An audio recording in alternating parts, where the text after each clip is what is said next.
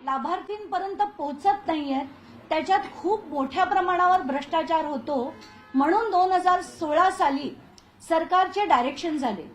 आता सरकारचे डायरेक्शन झाल्यानंतर महाराष्ट्र शासनाने त्याच्यावर एक GR देखील काढला. त्या GRची तारीख, आता मी जे जे बोलतेय प्रत्येक गोष्ट डॉक्युमेंट्स सकट बोलतेय, ते सगळे डॉक्युमेंट्स मी गुगल ड्राईव्हवर अपलोड केले. प्रत्येक चॅनलला आम्ही ते गुगल ड्राईव्ह सकट डॉक्युमेंट्स, माझा डिटेल्ड जे मी म्हटलंय त्याच्यातला प्रत्येक ऍस्पेक्ट मी त्याच्यात टाकलेला आहे. तो प्रत्येक माध्यमांनी बघून मग त्याच्यावर नंतर त्यांची स्टोरी करावी. पण आता याचा जो आपण DBT म्हणतोय त्याचा पहिला GR हा 19 एप्रिल 2017 साली निघाला आणि त्याच्यात असं म्हटलं गेलंय की जे जे पैसे द्यायचे ते DBT अंतर्गतच देण्यात यावे, त्याच्यात कुठेही दुसऱ्या कुठल्याही प्रकारे हे पैसे दिले गेले नाही पाहिजे.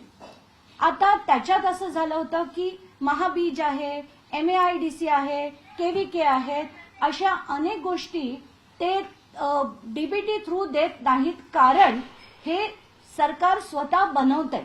म्हणजे महाबीज जे बनवतंय, MAIDC जी खतं बनवतंय, पेस्टिसाइड्स बनवतायत, कीटकनाशक ज्याला आपण म्हणतो, ही जी गोष्ट आहे, या गोष्टी ज्या आहेत त्या फक्त याच्या खाली येत नाहीत, म्हणजे DBT खाली येत नाही. त्याच्यानंतरचा तो जो GR आहे तो 12 सप्टेंबरचा होता. त्यानंतर 12 एप्रिल 2018 रोजी, आणि हा GR अतिशय महत्वाचा आहे.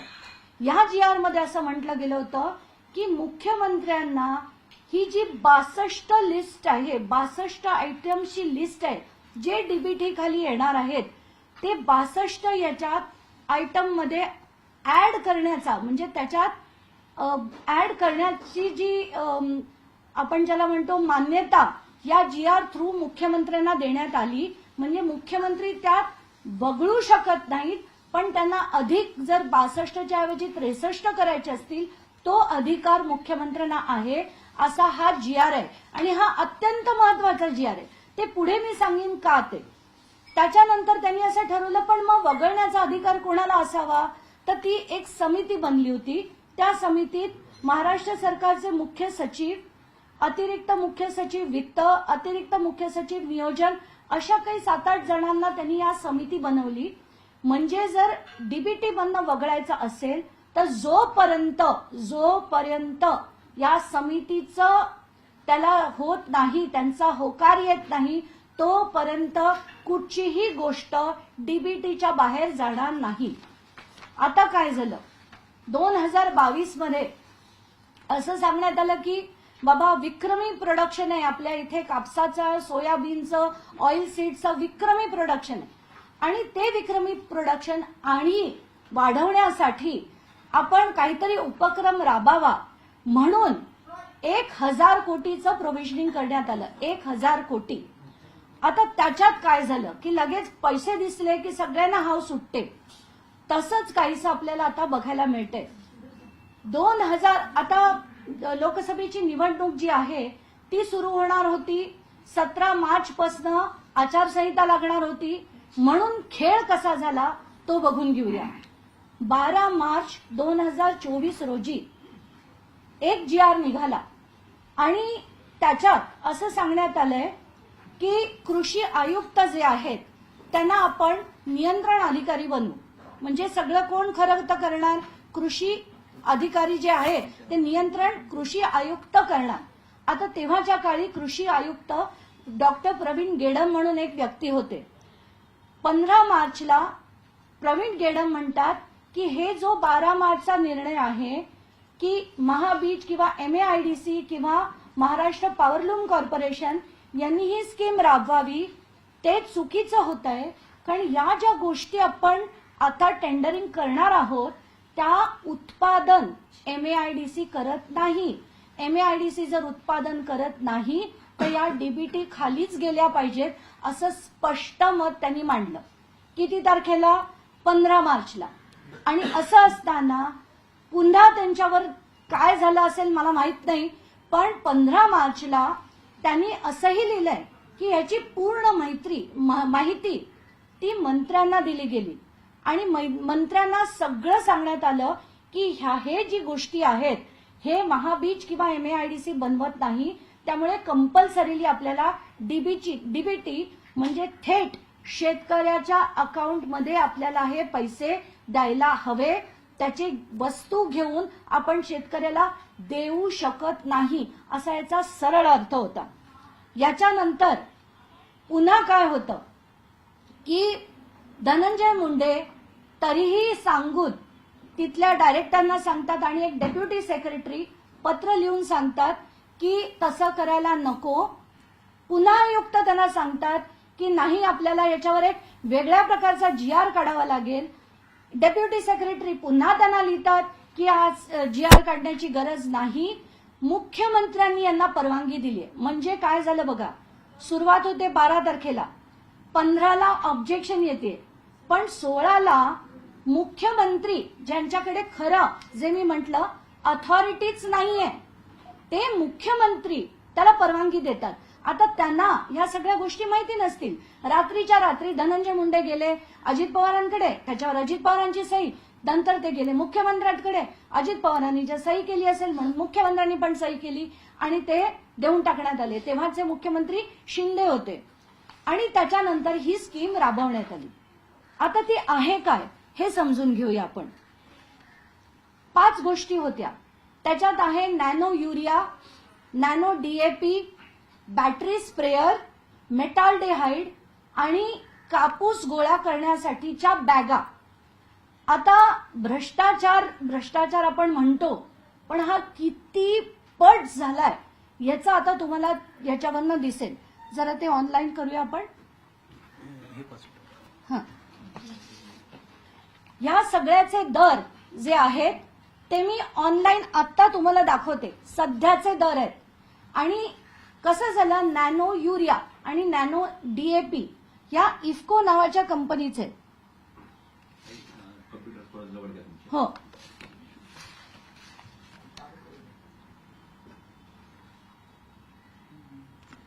हा नॅनो युरियाचा आजचा भाव आहे.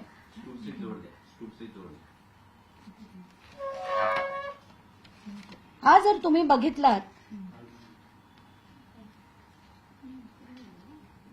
184 रुपये पर लिटर, म्हणजे जर आपण 10 लिटरची बॉटल घेतली तर आपल्याला 184 रुपये पर लिटरला हा नॅनो युरिया मिळतो. म्हणजे 500 मिलीलिटरच्या बॉटलला 92 रुपये पडतात. पण आपले माननीय कृषी मंत्री धनंजय मुंडे यांच्या अध्यक्षतेखाली जे टेंडर काढलं गेलं त्याच्यात तब्बल 220 रुपयाला ही बॉटल घेतली गेली. तब्बल 220. आणि इथे मी जे तुम्हाला दाखवतेय 92 रुपयाला ही बॉटल तुम्हाला एक सिंगल बॉटल घेतली तरी मिळतेय.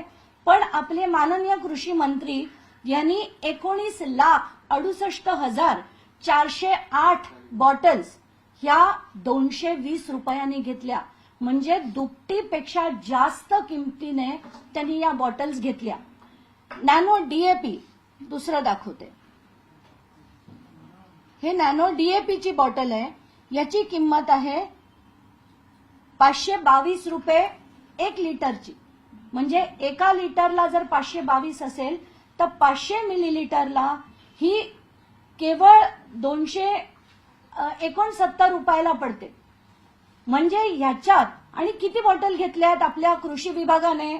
तब्बल 19,57,438 बॉटल घेतल्या.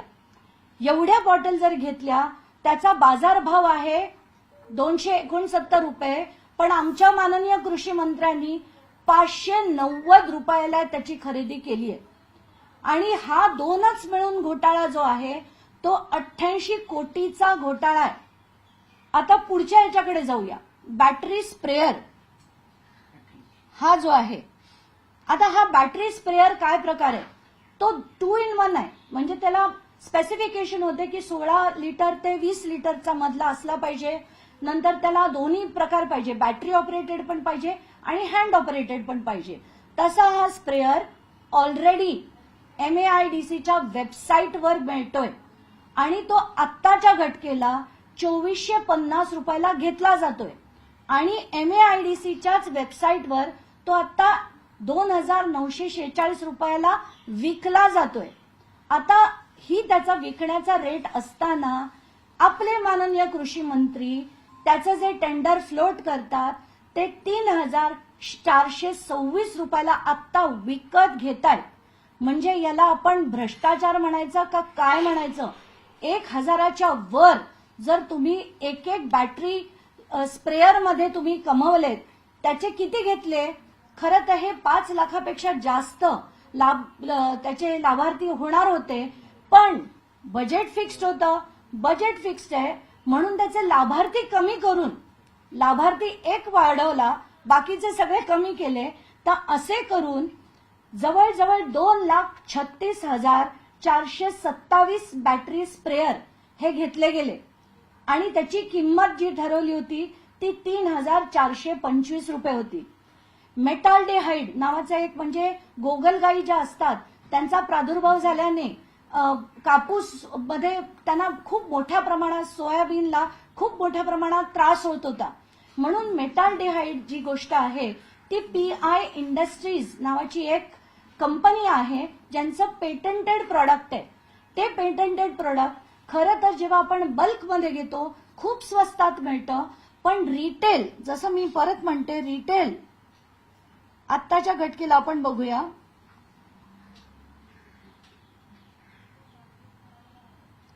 हे जे प्रोडक्ट आहे हे आता 817 रुपयाला मिळते।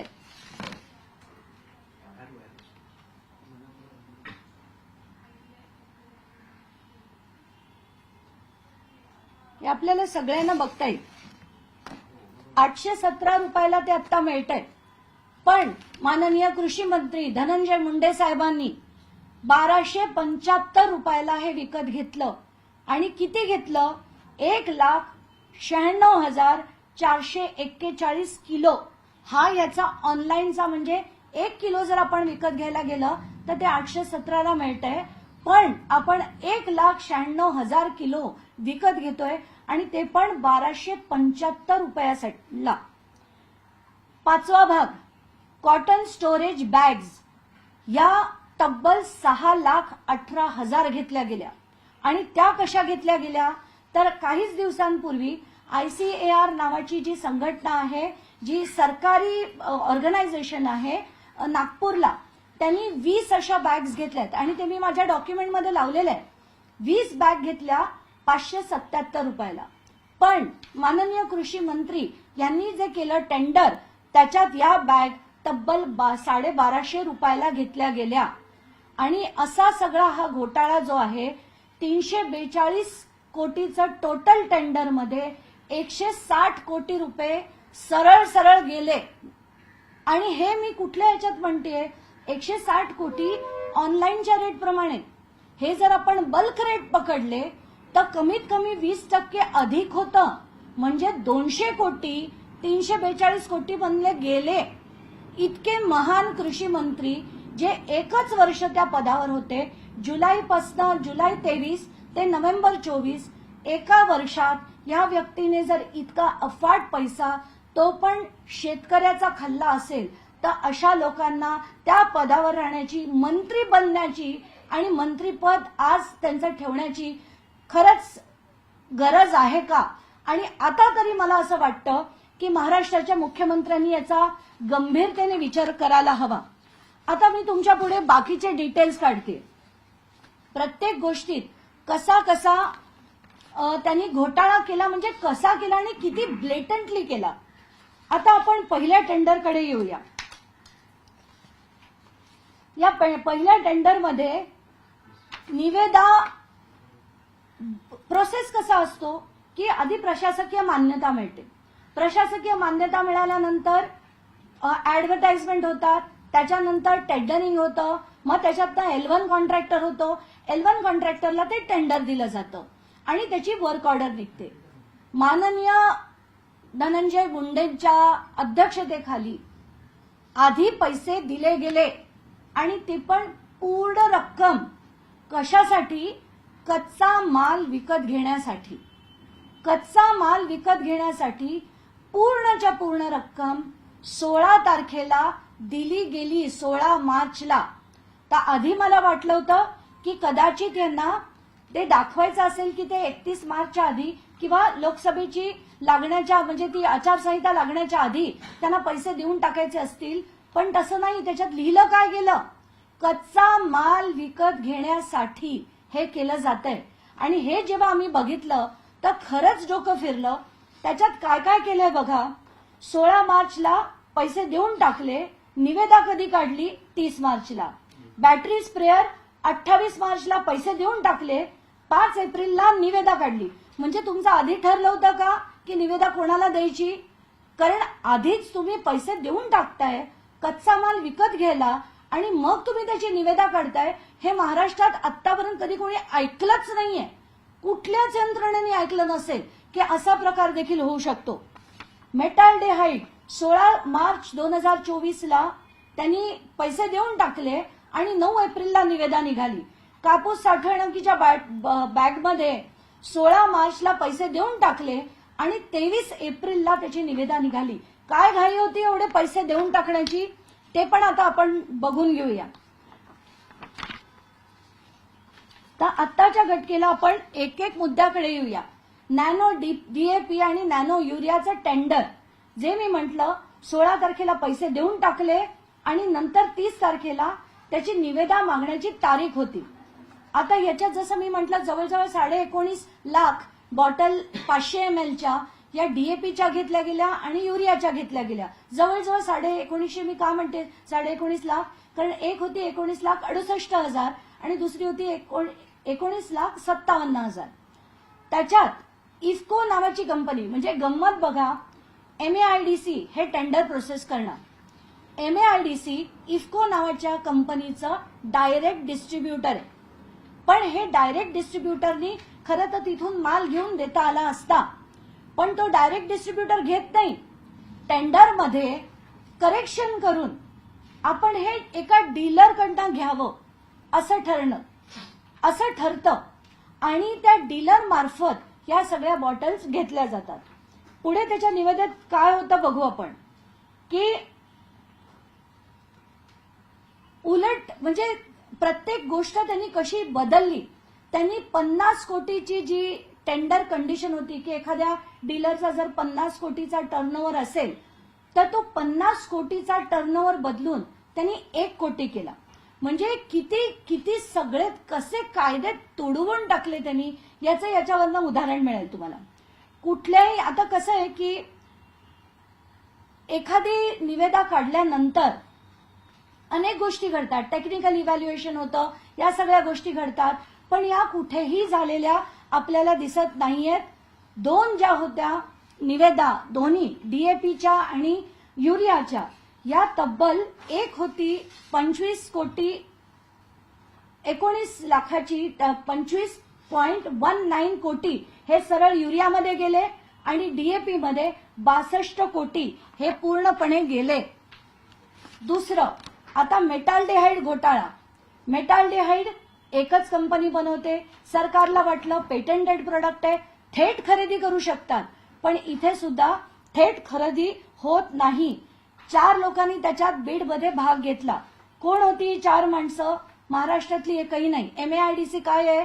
MAIDC म्हणजे महाराष्ट्र अॅग्रो डेव्हलपमेंट कॉर्पोरेशन आणि म्हणजे महाराष्ट्राच्या कंपन्या, महाराष्ट्राचे शेतकरी यांनी हे डेव्हलप करण्यासाठी MAIDC आहे. पण हे काय करतात, जी निविदा काढतात ती कशी काढली बघा. याच्यात जे 4 जण ज्यांनी बीड केलं ते सगळेचे त्यांच्यापैकी एकाची बाब नाकारण्यात आली आणि 3 पात्र होते. त्या पात्रतेसाठी आवश्यक असलेला 10 कोटीचा जो मिनिमम टर्नओव्हर आहे तो देखील पूर्ण करण्यात आला नाही आणि एकाचा 6 कोटीचा होता, एकाचा 1,85,00,000 होता. अशा दोघांकडे हे देण्यात आलं आणि ते पण तब्बल 450 रुपये वर ही निविदा देण्यात आली. आता गंमत, सगळ्यात मोठी गंमत म्हणजे बॅटरी स्प्रेअर घोटाळा. याच्यात खरं कसं असतं की आता मला टेंडर भरायचंय. महा टेंडर नावाचं पोर्टल आहे. महा टेंडर पोर्टल मधनं MAIDC मध्ये मी येणार. त्याच्यातनं 8 वेगवेगळे म्हणजे त्याच्यात ऍग्री इक्विपमेंट आहे, ऍडमिनिस्ट्रेशन आहे. नोगा नावाची एक गोष्ट आहे, ती मी तुम्हाला मुद्दाम वाचून दाखवते. प्रशासन विभाग, कृषी अभियांत्रिकी विभाग, पशुखाद्य विभाग, नागरी विभाग, खत विभाग, कीटकनाशक विभाग, वित्त आणि लेखा विभाग आणि एक नोगा विभाग म्हणून आहे. तर बॅटरी स्प्रेअर म्हणजे कीटकनाशक आणि हे सगळे मारण्यासाठीचा जो स्प्रेअर आहे तो खरं कुठल्या कॅटेगरीमध्ये यायला हवा, तो इक्विपमेंट मध्ये यायला हवा किंवा त्यांना ज्याच्यात घालायचं त्याच्यात घालावा. तो घातलाय कशात? नोगा. आता नोगा म्हणजे काय? Nagpur orange growers association. म्हणजे यांच्याकडनं काय खरेदी करतं सरकार? तर जॅम म्हणा, कॅचअप म्हणा, या गोष्टी खरेदी करतं. याच्यात एक अतिशय म्हणजे तुम्हाला धक्का बसेल हे ऐकून. त्याचं शीर्षक काय होतं या टेंडरचं? तर त्यांनी शीर्षक केलं की एकच मिनिट द्या. हा कारखाना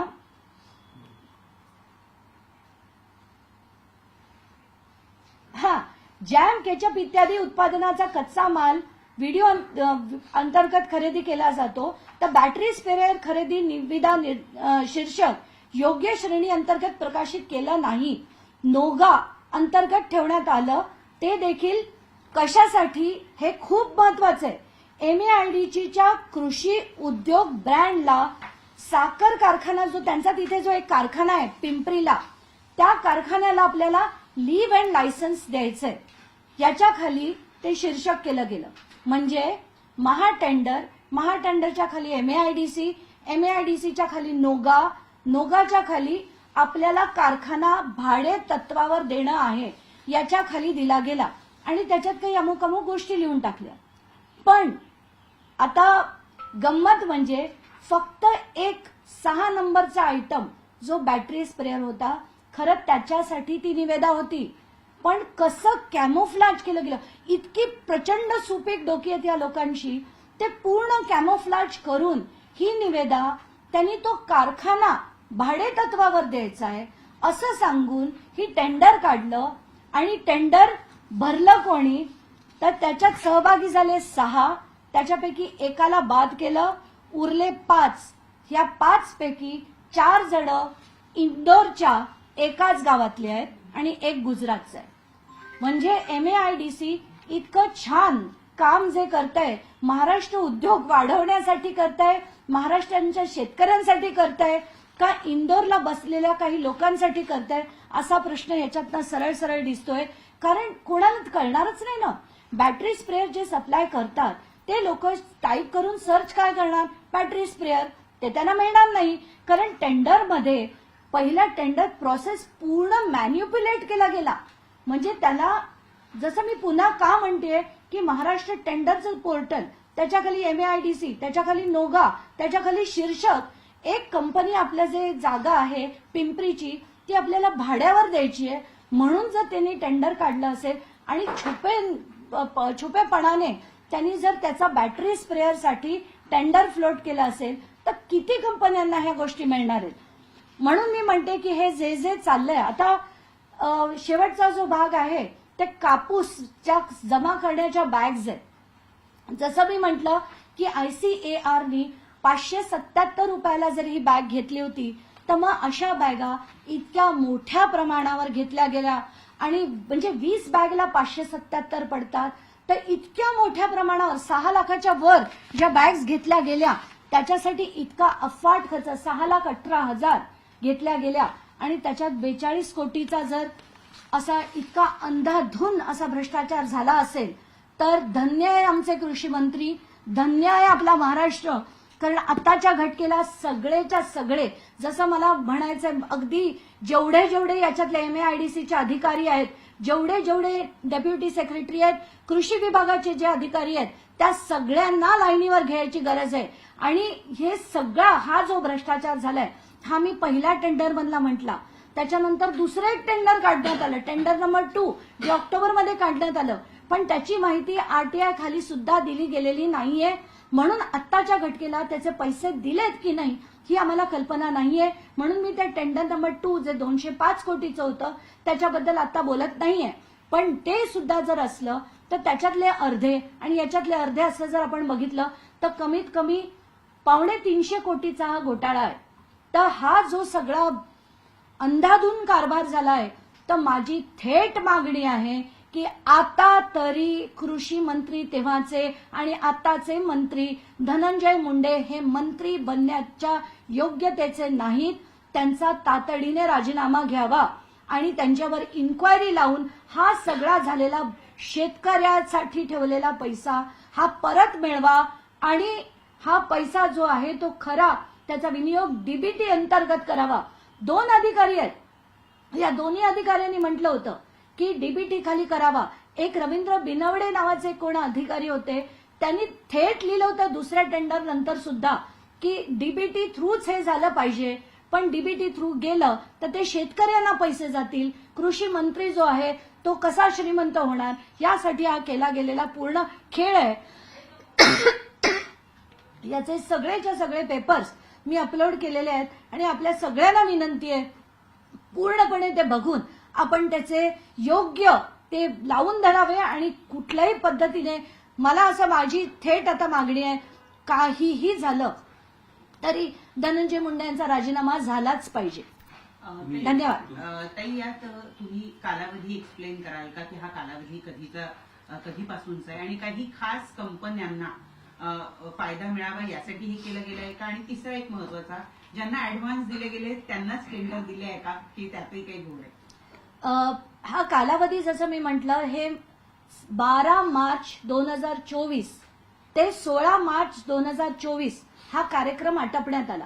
अरे हो, आणि एक महत्वाचा मुद्दा माझा मांडायचा राहिला की हे आधी पैसे देऊन टाकले, अग्रिम रक्कम कच्चा माल घेण्यासाठीची रक्कम 16 मार्चला देऊन टाकली आणि त्याच्यानंतरचा सगळा प्रोसेस मी तुम्हाला सांगितला. म्हणजे हे गेडमनी लिहिणं, मग सगळ्यांनी त्यांना पत्रव्यवहार करणं, मग तो GR काढायचा नाही की नाही ठरणं, आणि त्याच्यात एक महत्वाचं पत्र असं आहे आणि या 2 पत्रांवर धनंजय मुंडे यांची सही देखील आहे आणि त्याच्यात ते म्हणतात, अधिकारी म्हणतात की आत्ताच्या घटनेला मुख्यमंत्र्यांनी परवानगी दिली आहे, त्यामुळे हे टेंडर एक विशेष बाब, ही विशेष बाब जर आपल्याला आठवत असेल, सिंचन घोटाळ्यात सुद्धा प्रत्येक टेंडर विशेष बाब म्हणून दिलं जायचं, तसंच विशेष बाब म्हणून मुख्यमंत्र्यांनी परवानगी दिली आहे म्हणून हे राबवण्यात यावं. हे कधी केलं गेलं तर तुम्हाला सुद्धा धक्का बसेल की हे मे महिन्यात यांच्या सह्या झाल्यात पण पैसे देऊन टाकलेत 16 मार्चला. म्हणजे याला आपण पोस्ट फॅक्टो अप्रुव्हल म्हणतो. आणि हे पोस्ट फॅक्टो अप्रुव्हल म्हणजे काय? बॅक डेटेड पत्र काढणं. ते पत्राची तारीख 16 मार्च आहे पण त्याच्यावर सह्या सगळ्या अधिकाऱ्यांच्या आणि कृषी मंत्र्यांच्या हे मे मध्ये झालेल्या आहेत. म्हणजे हे बॅक डेटेड पत्र काढण्यात आले, हे याच्यावरनं सरळ सरळ सिद्ध होत आहे. तर आता या सगळ्या गोष्टी जे मी म्हणते की 12 मार्चला पहिला GR निघाला आणि 16 मार्चला पैसे देऊन सुद्धा टाकले, ते पण कसे घाईघाई करून, ऑब्जेक्शन्स असताना त्याच्यावर वित्तमंत्र्यांची सही, त्याच्यावर मुख्यमंत्र्यांची सही, आणि ते करून ताबडतोब घाईघाईने पैसे डिस्बर्स झाले. आता कसे झाले ते थेट त्यांच्या अकाउंटमध्ये कधी गेलेत, अकाउंटचे ऍक्सेस माझ्याकडे नाहीत, त्यामुळे ते मला बोलता येणार नाही. पण दिलेल्याचे सगळे डॉक्युमेंट्स मी आता गुगल ड्राईव्हवर अपलोड केलेले आहेत. बॅकडेटेड करणं हा सुद्धा एक गुन्हा आहे का? प्रचंड मोठा गुन्हा आहे. त्याला म्हणूनच मी म्हटलं पोस्ट फॅक्टो करणं हा अतिशय चुकीचा पायंडा आहे आणि जे अधिकारी ज्यांची त्याच्यावर सही आहे त्या सगळ्यांवर खरं तर कारवाई झाली पाहिजे. कारण बॅकडेटेड का केलं जातं? कारण कुठेतरी झालेला मोठ्या प्रमाणावर गैरव्यवहार आहे, तो लपवण्यासाठी बॅकडेटेड केलं जातं. तर तुम्ही जर ते पत्राची तारीख बघितली ती 16 मार्च आहे, पण त्याच्या सह्या ज्या झालेल्या आहेत डेप्युटी सेक्रेटरी पासूनच्या सगळ्यांच्या त्या मे महिन्याच्या आहेत. हे आता प्रत्येक माध्यमाने दाखवावं. आणि हा किती मोठा भ्रष्टाचार आहे आणि सरळ सरळ लूट आहे. आणि कोणाची लूट आहे तर ती शेतकऱ्यांसाठी दिले गेलेले पैसे होते.